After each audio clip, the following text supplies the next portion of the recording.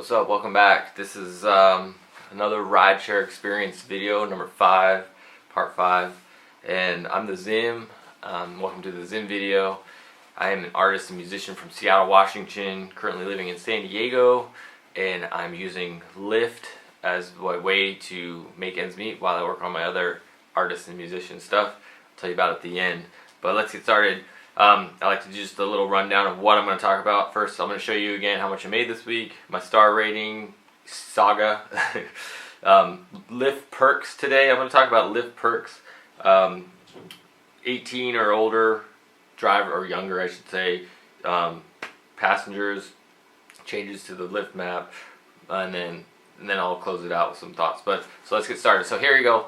Here's my what I made this week. It's a little bit lower than I've been making because I was only able to work 4 days, and then here is what I made each day, roughly $100 each day, so it's okay, not as good as I want, but I only worked 4 days because I'm a father as well, and I do this in the middle of being a father and taking care of my kids, and this was one of my times where I needed to be available for my kids, so I couldn't drive, so that's why that worked.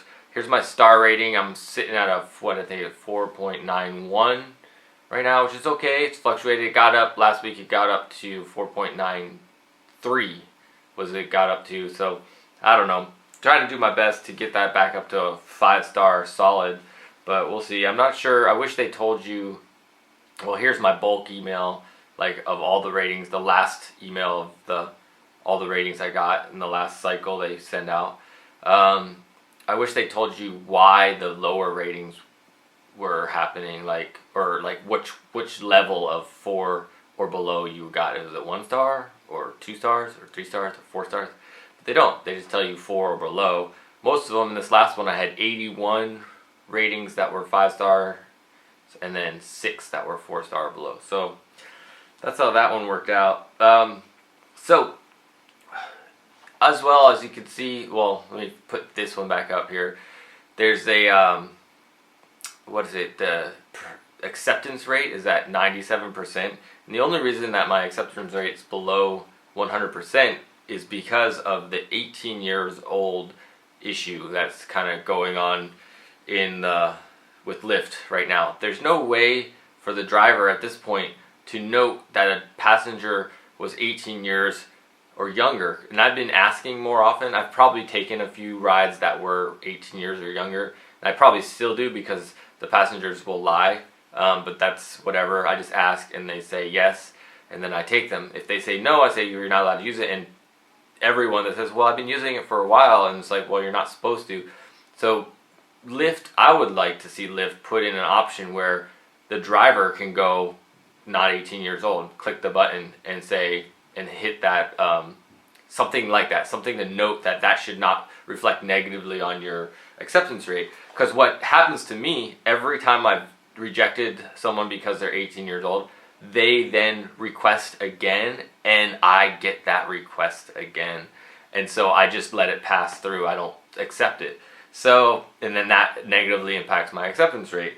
I mean, 97% is not terrible. I mean, I'd have to probably be down, I don't know what level you have to go down to for Lyft to send you the emails where they say they either block you from driving for a while or whatever. But so I'm not too worried about it, but I live right next to a high school, so I do get a lot of requests from 18 years or younger, or under 18-year-old people. So just something I wish Lyft would fix. Just that idea, like how do you make it so it doesn't negatively impact you as a driver? And so that's something to think about. Lyft Perks. So I got an email. Check this out. I got an email of my Lyft Perks, and I'm on the gold level right now, I guess. And so basically, so I haven't figured out if it's worth it yet. I guess it is sort of. Here's my story so far. So I got the Lyft Perks. I wanted to check it out. I went to the Samsung is part of the Lyft Perks, and you can buy Samsung products. And I need a new TV. I want a new TV. I've been wanting a new TV for a long time, so I was like, okay, I'll check out what Samsung has to offer. I checked out this TV here. It's like a $400 TV or something, $450. I don't know, whatever. And the offer on Samsung is the same as you can get it online. So there's no real perk there. So that's kind of a bummer. And I'm used to this. Where my old job, I used to work a 9-to-5 job in the outdoor industry, and you got what they called promotive. There's a network of outdoor industry people that were all part of the same like kind of perk program thing where you could sell to other industry people and you get discounts. And the discounts, it was very similar to this seems like this perk program that Lyft does, where it's not really that much. You might be saving a few dollars after shipping and taxes and things like that, but you're not really saving a lot unless you're maybe buying like huge ticket items, like big, like if I spent probably a couple $1,000s at the Samsung store, I would probably save like 500, 600, 700, I'd probably save a lot more. But if I'm buying just kind of more of the consumer level stuff, it doesn't really save anything. People online, I asked the user group in San Diego if they use the perk program, and some people said there was like a 50, almost exactly 50 down the middle with how many people responded. Half the people said sometimes on like attractions, like tourist type things, you get good deals. And the other half of people said they used a completely different perk program and didn't even answer the question. So it was kind of like interesting to me to see that. That was pretty telling that if Lyft really wants to kind of help us as drivers and whatnot and wants to actually make an incentive program, make the incentives better. I did use two of them though. I don't know if this was directly associated with the Perks program, but I took my car into Pep Boys, and I just held up the Pep Boys thing. They gave me this little card that says, I'm basically a fleet driver for Lyft drivers, and they have a code, and then you get 10% off. So if you're a Lyft driver and you use Pep Boys, make sure you tell them so that you can get 10% off your services. I took it in and got some work done. So that was kind of cool. 10% off is not so bad, especially like I was just saying, if you're paying more, like if you're paying a couple $100 on something, 10% is actually a significant amount of money.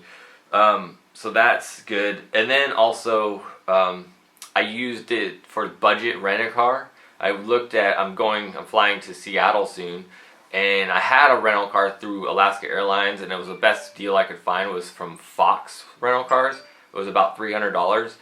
But then I went through the budget one through the Lyft program, and it was about $250. So I saved myself about $50 for using it through the Lyft program one. So that was pretty cool. So that's that. And then another thing to mention is right here. So as you've noticed, probably as a Lyft driver, they've changed the pink zone idea. They're not pink anymore. They're orange, and they actually say the percentage bump is from that zone. So the question is, my guess is it's people that request out of those zones pay that much more. Your car doesn't have to be inside of one of those zones, I don't believe, but let me know if you know what's going on in that realm. And then I'll, just know. I don't know.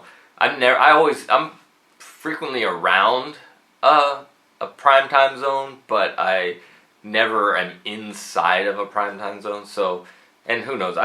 Most of my rides are never in prime time because in terms of the squares, and maybe every once in a while I get somebody that requests out of a prime time zone. But the way that I drive Lyft is my favorite schedule to drive is from 6 a.m. onward, and I get really good from like 6 to about 11 a.m. I get really good drives. I usually make anywhere between $50 and $70 within that first time. It usually dies off pretty seriously between like noon and 3. It's pretty slow, and then around 3 o'clock it starts to pick up again for the night shift, and I get more rides. The rides tend to be shorter in the night, longer in the morning. That's been my experience of the last 5 weeks essentially that I've been driving Lyft in the areas that I drive in.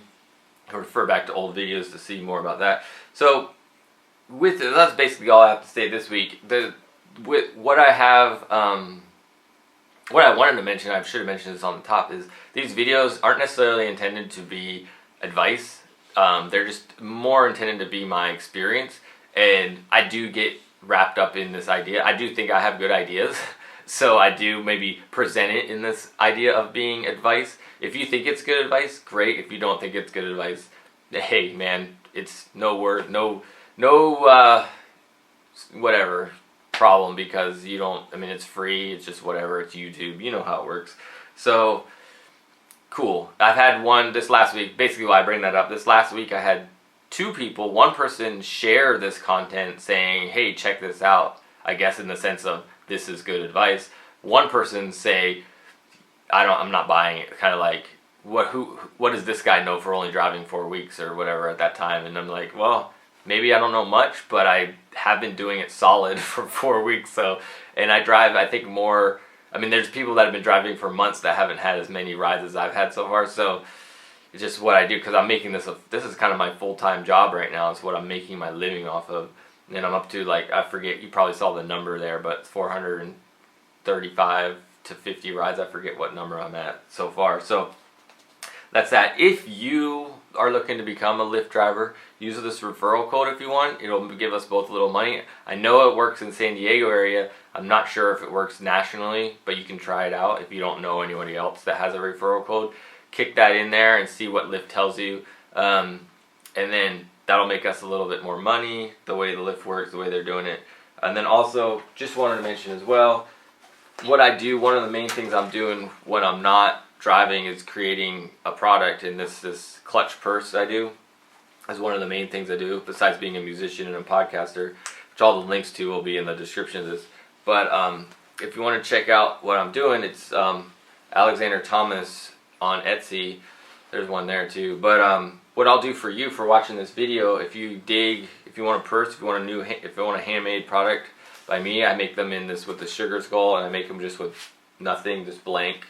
At this point, use the promo code LYFT 20, LYFT 20, and you get 20% off the clutch. So there it is, LYFT 20 right there. All right, so thanks for watching. I'm the Zim. If you want to ask me any questions, I'd love to talk to you about my Lyft driving experience, my rideshare experience, and then yeah, cool. All right, well, I'll catch you next. Looks like this is turning into a weekly thing. I'm kind of liking it because I do get people watching them, so now it's time to get more interaction. Love to hear your thoughts on the whole Lyft and rideshare experience. Post in the comments, let me know, and I'll add it to the next video, some thoughts, or I'll talk to you in the comments. Alright, peace out.